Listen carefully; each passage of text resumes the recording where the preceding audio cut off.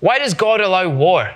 Welcome to Big Questions. Big Questions. Today, as I'm sure you guys are aware, at time of filming, we are in the middle of a Russia versus Ukraine war crisis at the moment, and it's left me with a lot of questions. So Gina, why does God allow war? What's going on there? I've asked this question countless times over the last couple of weeks. It's heartbreaking what's happening. When I first heard that question, why does God allow war? The first thing that came into my head was like, actually, this is not of God. No. Like, God would never, ever, ever want this. God loves us. God created us. Every single human life is valuable and has a purpose and has a meaning, and it's so important to God. So this is literally the last thing that God would ever, ever want. But also, God gives us this thing called free will. It's the idea of actually God loves us so much and wants us to have a relationship with him so much, a two-way thing, that actually he gives us the option to choose what we do with our lives, right? He gives us the opportunity to make that decision or that decision. And unfortunately, in this case, the decisions that we make sometimes lead to absolute chaos. And that is how this stuff ends up happening in the world. God set out the guidelines and the instructions, if you want to call that, of how to live life. Mm-hmm. Jesus says, one of his most famous statements is, love your neighbor as you love yourself, right? God's set out pretty clearly to us in the Bible how to live your life in a way that's going to bring life to the fold and in a way that's going to bring peace and joy and hope.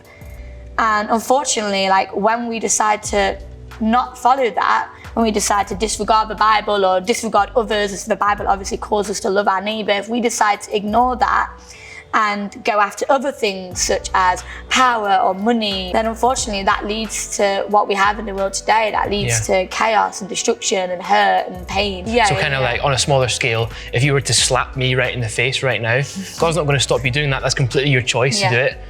But I would be hurt and I'd be upset. I'd be like, Gina, I thought we were tight. What's going on? And God would obviously be like, Gina, don't slap Andy. That's not a great decision to do. It's kind of like God hasn't necessarily made specific good or bad people. He's made people with a choice and capability of doing both. One thing I love about times like this is that God doesn't stop working, and we see God do amazing things in really difficult times.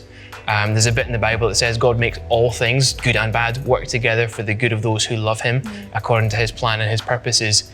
And I just find that as such hope during times like this, because I know that God can turn this situation around. God could really challenge the Russian leaders and say, look, what you're doing is wrong. And they could be like, yeah, all right, I'm sorry, I've done wrong, we'll retreat.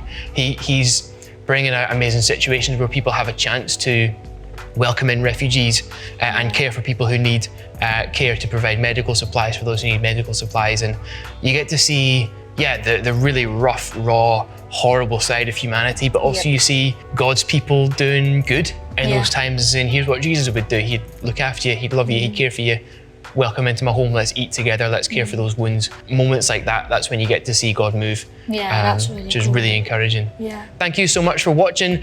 Please remember to like and subscribe to Higher. We would love to see you guys at the next video. If you have any ideas for more big questions that you have in your mind, or you've been wanting to ask God or wanting to ask someone who calls himself a Christian, then please let us know in the comments below, and we will see you guys at the next Big Questions.